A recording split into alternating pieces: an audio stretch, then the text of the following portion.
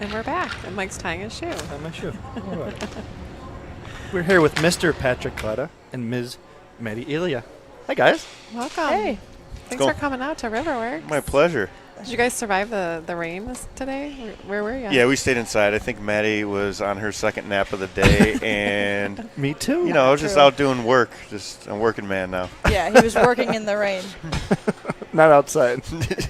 No, it was working on reading and writing and all that. You know, Well, you did just give our son Liam a book. You should probably text him tomorrow and see if he's cracked it yet, because he keeps saying he's about to start it. Yeah, we were talking the other day, and I was like, so how's that book coming? He's like, well, I have summer reading books to handle first, and I said that's probably smart move. Yeah.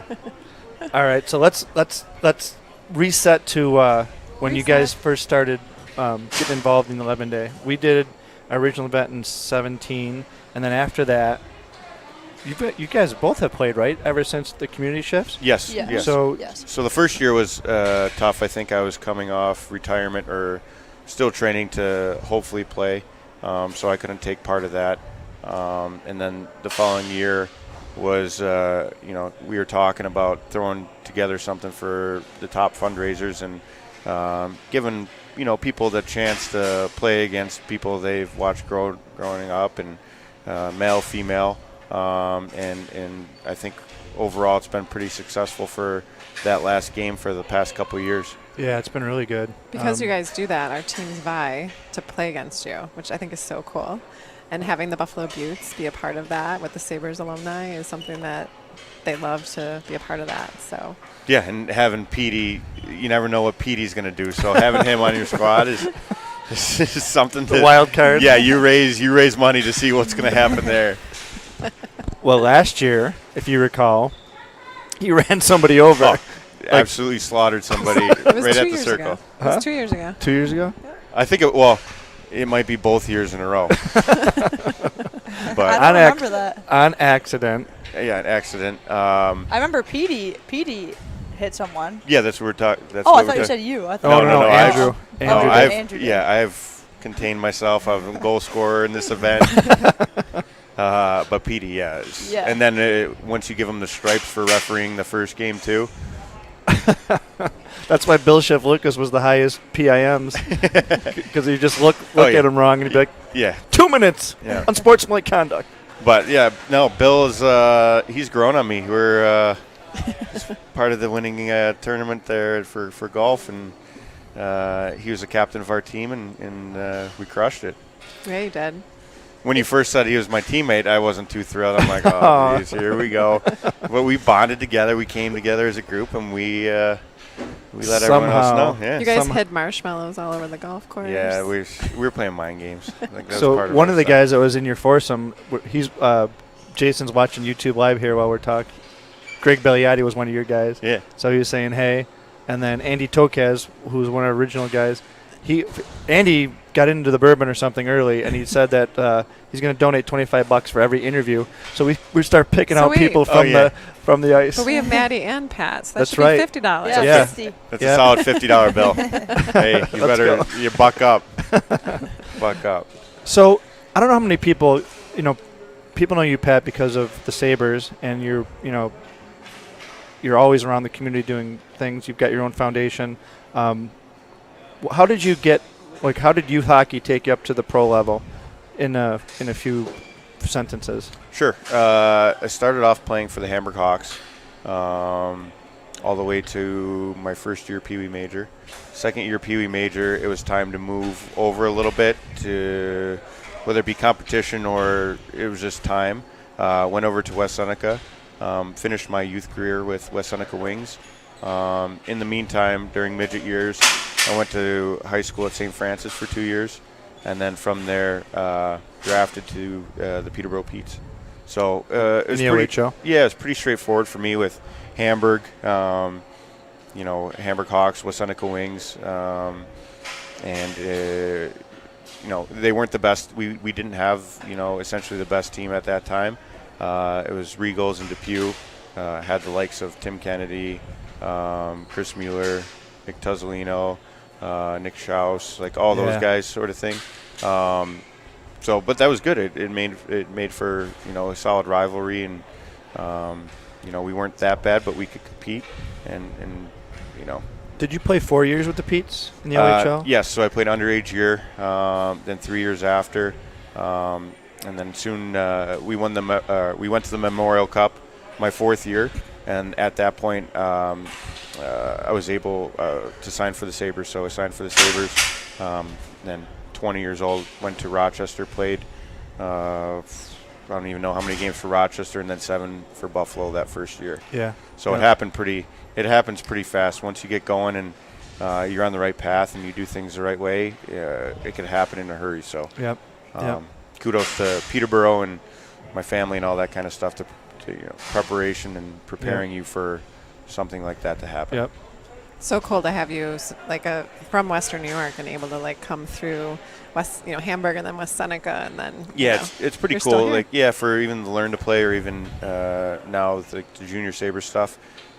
It's a prime example of if you want something so bad that nothing will get in your way, and that message is, people can say it all, any day, all day long, but I'm legit living proof of that, and I think that goes a long way, and that's my goal. And this youth hockey stuff is, will my body hold up to be rolling around on the ice for that long? Probably not, but the vision I have and the message I can give kids with their dreams and stuff is something that I can push for as long as I'm kicking. Awesome. Speaking of kids with dreams, girls, when I was growing up, there was a girl or two that played hockey. And now we've got, just before this team was a women's team that's bar league team. Yeah. And they know each other. And that happened all in 25 years, went from almost no girls to full leagues and everything. And you have a great story, right? You're a local girl, and you have not too dissimilar story that Pat does in terms of how you ended up playing all the way through professional hockey. Do you want to share that? Yeah, for sure. So like you said, when I was growing up, there wasn't really a lot of girls programs to play for. So I actually played with the boys up until high school, until it started getting to the point where, I had to start playing for the girls. So I played 2 years of checking, which was pretty funny.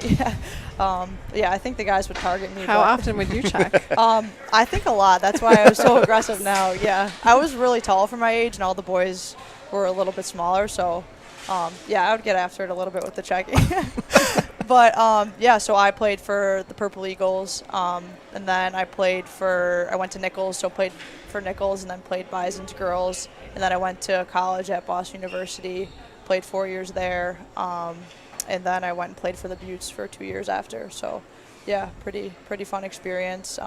It's awesome to see how much girls hockey has grown even since when I was younger. So, it's really cool. Going back to playing with boys, what was that like? Were you friends with them? Oh, yeah. I feel like that was just kind of the normal thing to do. There was a couple other girls that played with the boys too. So, I feel like most of the teams that didn't really have a girl, they were like, oh, wow, we're playing against a girl and we're checking. So I remember one story, we were lining up with one of the kids. It was a big Canadian team, and I was small out there for that game. So the kid lined up with me, and he said something to me. I can't remember what he said, but then so I was like, oh, I'm going to get this kid. So I go to hit him, and he actually lays me out, and he steps over me. He's like, how'd that taste, princess, or something like that. And I was like, oh my God. So I started. Good. I wasn't going after any big Canadians after that. Yeah, they take it seriously. Yeah, very serious. So it was really cool. I really do think that gave me kind of that edge when I play. You guys probably know that I got a lot of penalties with the girls too, so I think that a lot of that's attributed to playing with the boys and just kind of having that extra competitive level and, I don't know, dirtiness, I guess. Are you edge? We call it edge. Yeah, the two of us over here trying to justify I want to know what the career penalty minutes is right here. Yeah, it's bad. Yeah, suspensions, penalties. Yeah. Did you play forward or D? Yeah, center. Yeah, okay. Center. So you were... Yeah, so Maddie's actually pretty good, skilled forward. She gets suspended every once in a while, but she's got really good skills for. We've got a chance of playing a couple of charity games together. It's fun. Yeah, for sure. And I play D, and she plays forward, so you know how that goes. How does he do? Good, really good. I think besides his helmet. Yeah, no, I like the helmet. What, the Jofa? Yeah. The Jofa. We got to get rid of that Jofa. No, it's good. It's got never character. his Jofa. It has character. They just appear. He steals them from his friends. Those are Corpies. Yeah, Yari Curry looking. Are you playing it all now? No, I'm not. Done, huh? Yeah, I think so. I think I'm going to try and get into coaching, maybe help out. Yeah, so the junior Sabres part, and well, learn to play. You know, the girls are always out, and it's big for us. A high percentage of female athletes participate and learn to play, and it's growing every year. And now I think it's the time we step up a little bit on the junior Sabre side, and even in youth hockey where I have Maddie, I have Haley Skamura, and I believe Olivia Zafudo. They're all going to be taking part as assistant coaches for younger junior Sabres teams and start getting their foot in the door there. Good. Wow, Good. that's great. That's good. So who's playing on Sunday? Do you have your roster yet? So it's a work in process. It always progress, is. It's always but a surprise. Yeah. We have the two edgy players. We see that. Yeah, we were sharpening our sticks up earlier. Well, Haley Skamura, Emily Janiga, so two of Maddie's friends and Old teammates. yeah. We have Marty Baran. Marty said he's going to play goal. Yeah, which who knows how long that's going to last, right? Pex, right? Yep. Pex is in. And Andrew Peters. Yep. Timmy Kennedy might come along. He's going to try to make it. And then I'll try to reach out to Old Man Rivet or guys like that and see What if about we can. McKee? He said he loves street hockey. I think he's out. Is he? He out? can't. He's got a family obligation. But he was going to. Yeah, as long as we got Petey here. We don't need anybody else. There's no ice, so who knows what he's going to do, but I'm sure he's trying to come up with a plan now. We'll get Jeff out there and let those two go at it, and we won't mic up Petey. Maybe we'll mic up Marty because, we already had a mic up incident earlier this week that involved me. Yeah, you just got to let them know sometimes. But just make sure the paramedics are here for when Petey's running around because I don't know how much exercise he's been doing lately. Coming from you. Hey, listen. You know what? This is fun. It's not easy. I mean, we all played street hockey as kids, and you can run around forever, and that's how you kind of learn. But when you're playing ice hockey, you learn to glide. Yeah, you learn to glide, and there's no gliding. It's either you're moving or you're not. Yeah. So I was gonna say I can't remember the last time I've actually played street hockey.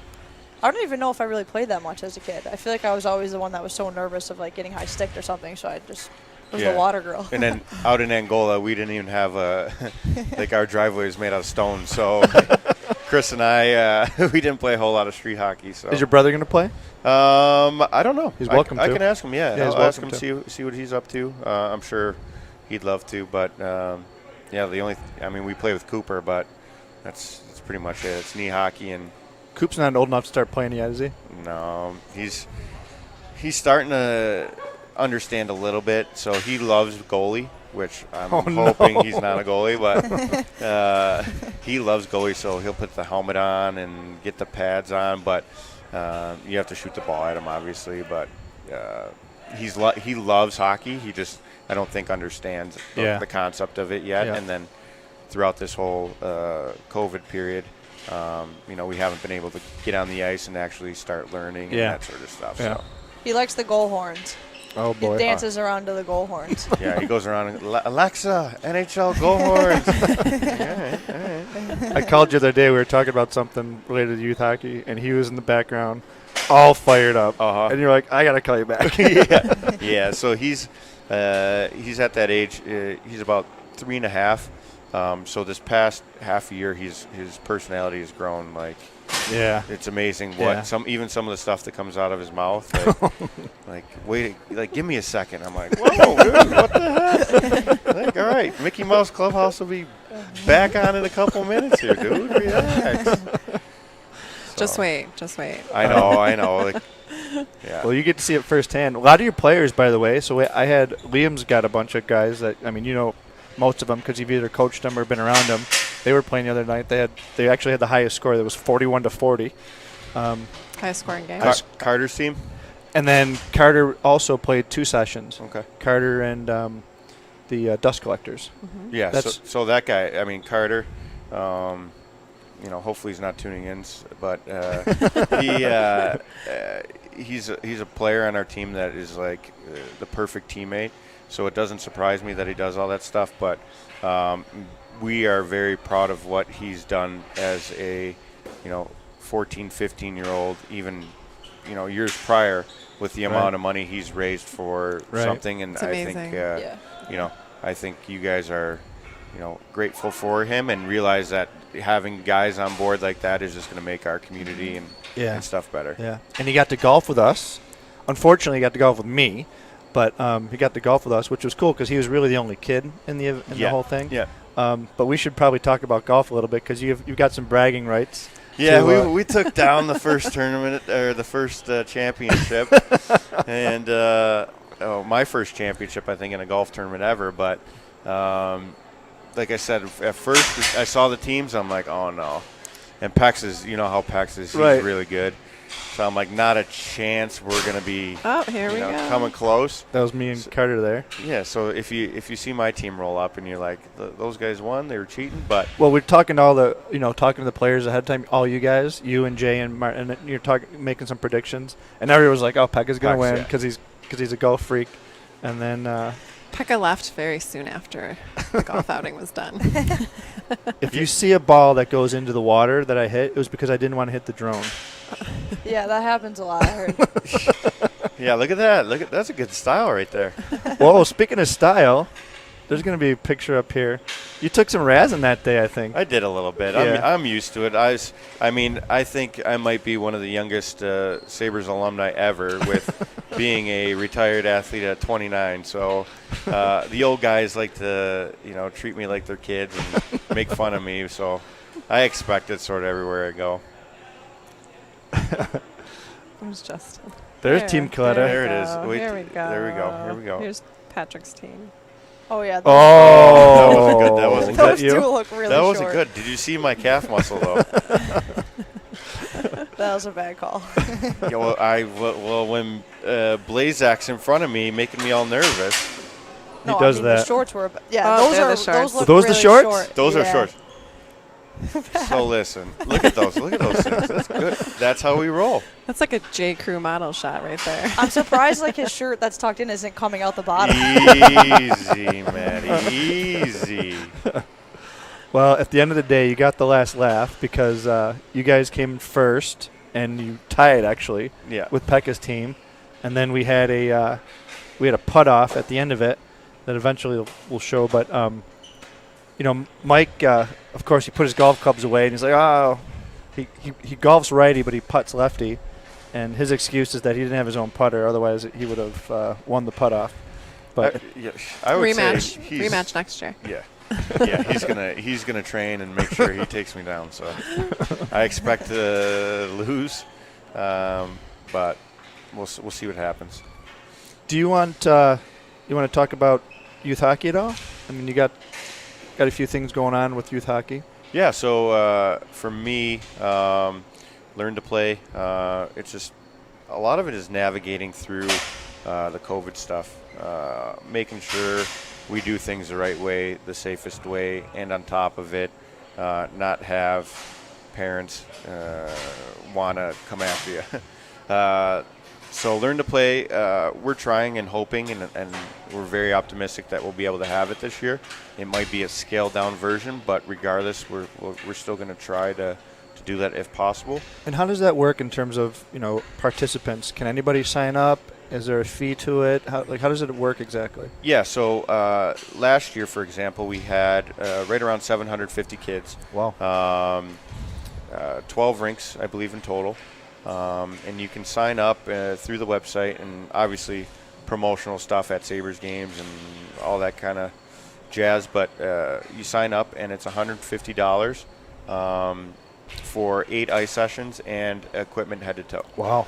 The only That's thing really you reasonable. yeah. I mean, it's amazing. Like if you're not knowing what to do and you really want to try hockey, it's the best way to do it. Yeah. On top of that, you get coaches like myself, Cody McCormick, Timmy Kennedy helped out, Maddie, all the girls there from the girls' side of things, and then your organizational coaches are there helping out as too. So, like, the coaching is phenomenal for, at that age to learn how to play hockey. The cost is by far the best that you're going to get. Yeah. The only thing you pay for is a mouth guard if you choose to wear one, neck guard if you choose to wear one, and a jock. And is the Learn to Play through your foundation or is it through the Sabres? So what it is, it's the NHL. NHL has sort of each American city that has an NHL team runs a Learn to Play. Now it varies. The things we do, I kind of put my own style and creativity and all that kind of stuff in it. So our Learn to Play is a little bit different from Boston's, but we also work together with certain things and ideas to make kids. We teach them how to play hockey, but our goal is to make them love the game of hockey, whether they play or not, so they can enjoy it as they get older and all that kind of stuff. So that's Learn to Play stuff. Before you go on for Learn to Play, do you accept donations of equipment, or is it mostly through purchases through the program? So mostly right now it's through purchases. That's something we could get involved with too, because I believe if possible this year we might try an adult Learn to Play, where that would come into play. Yeah, there you go. Do you want to? I don't know how to skate, Pat. So That's the point. That's yeah. what we teach you. And Maddie will be out there, and she'll teach you how to stick somebody or spear somebody. Mike will be coming in with scars all over his face. It'll be good. No, but it's something maybe we could consider down the road. And we can help promote that, during future events when we don't have restrictions. We've been thinking about that. Like, wouldn't it be great? Like, people come to the 11 day and then they bring extra equipment and Because just we all put it in a corner. yeah. everybody has stuff laying around. In the basement, there's Yeah. like 20 pairs of skates. Right. Yeah, exactly, Right. exactly. Yeah. So yeah, that's something definitely down the road that we can do, and even if it's more than hockey, if it's a baseball mitt or something, and we can make a donation down, and whoever needs it, then Yeah. that's something Yep. really cool that I think could add to the overall of what you guys are doing here. Yep. So yeah, and then in the meantime, I am now the president of the Buffalo Junior Sabres. So it's me taking on a role for me selfishly learning a lot more of the business side of hockey. How to do things that I would not normally do. But overall, just keep the coaches happy and bring everyone together and sort of turn that into an atmosphere that people would really love to be around. Yeah, it's not easy, and we have a son that's going up through it. He's played Junior Sabres from the day they opened Harbor Center till the day COVID hit, and he couldn't do states and nationals, and he's going to go on to prep school. But having seen it firsthand, the kids work hard. They work. You were through it, both through it, and it's a lot of pressure, So it's tough to navigate sometimes, and you got families in and out. So that's it's not an easy task. It's not an easy task because No. being a coach is one thing, or an assistant coach, but then taking that and having everybody report to you. I mean, you'll do a good job because you're good with people, but it's not an easy job. Yeah, no, it's. I mean, one thing is as I was playing hockey for the Sabres in my style of play, most of the people in Buffalo loved my style because they understood why I was doing the things I did and what that meant. But I mean, criticism from Toronto, everywhere else I played. Hopefully that was worse and prepared me for anything some of the parents are going to say to me. But no, it's like you said, it's managing people, trying to do what's best for the kids. And I mean, obviously that's my number one priority and interest is getting the kids to where they want to go. And then in the meantime, learn some business side and not for nothing, this COVID stuff is pretty hard to navigate. Challenging, right? It's a tough situation to Yeah. be a weekend and sort of sifting my way through. Yeah, we kind of don't know where things are at right now in New York State. Hockey is not really allowed from a competitive level standpoint. You can do clinics, but you can't do other things. With our son, it's actually somewhat fortunate that he's going to Connecticut because it is open for hockey. Yep. And there's a bunch of schools in Connecticut that can play each other, kind of in a bubble type situation. Yeah. But he also plays split season, and we don't know where that's going. Yeah. So it's like those states are not quarantine states have different guidelines and different rules. And I mean, every state has the different guidelines. So it's just figuring out Right. what the people are going to be happy, like what they're going to be happy with. 1, 2, we got to make it the safest for the kids, even though I know 50% of the people are like, okay, I'm over this stuff. And 50% of people are like, hey, it's real. Like, Right. we got to, and whatever it is. So it's just finding that happy medium where, Right.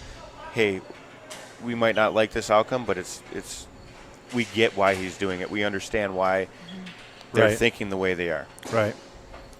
Going back for a second, because someone was watching on our YouTube live stream, they asked about when is the Learn to Play sign-ups. Okay, so normally it's when the start of the Sabres season. This year it might be a little bit different just because the unknown of,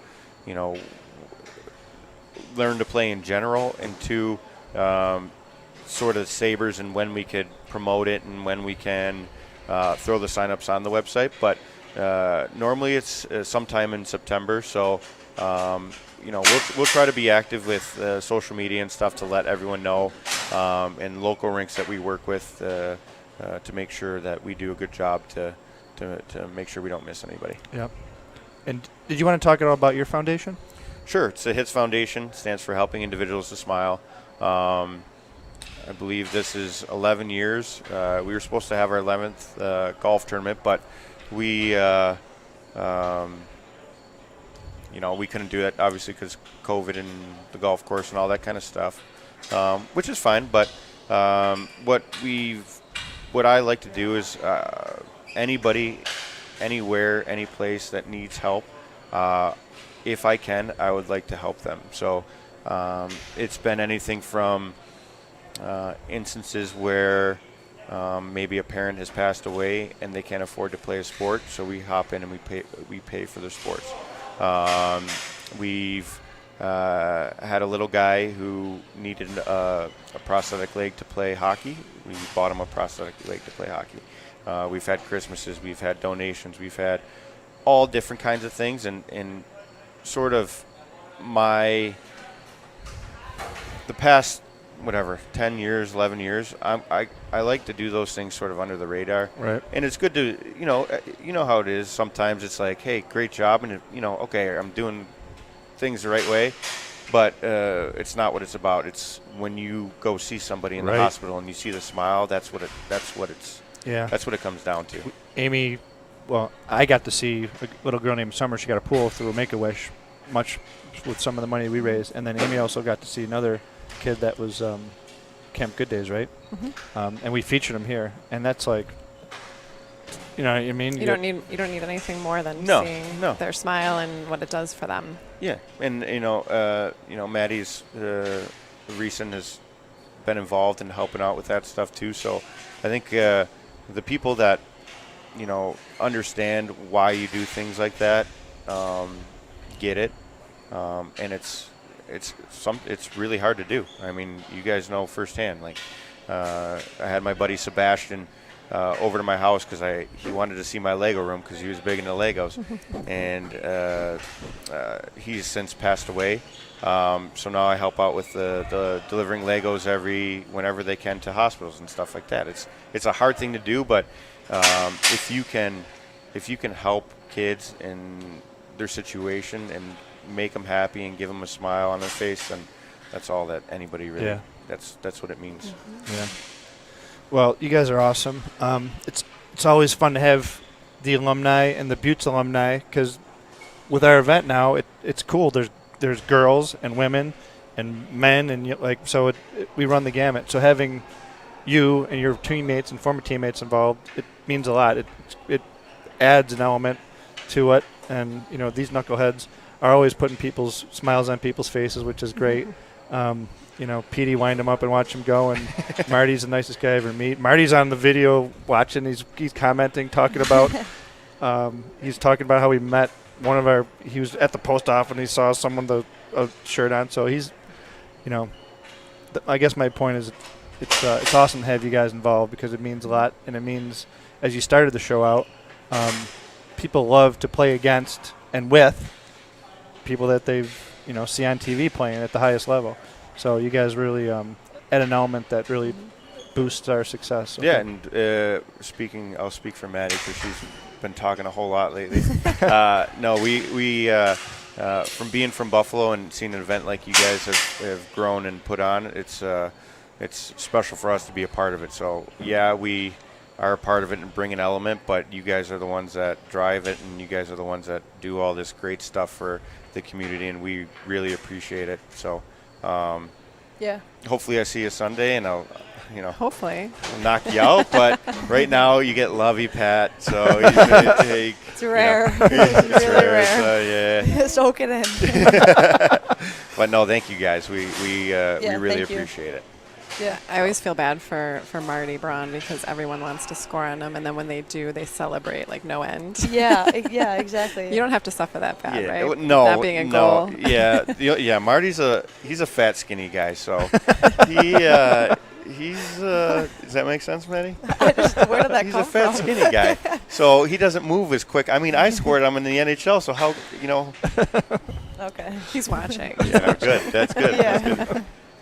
My phone's probably he's probably firing me a text now, but. Well, thanks, guys, so much for Yeah, coming no, out thank tonight. you so much. We'll watch a little bit of this game, and then we're going to check out the Wall of Wisdom that was the brainchild of the lady standing next to me.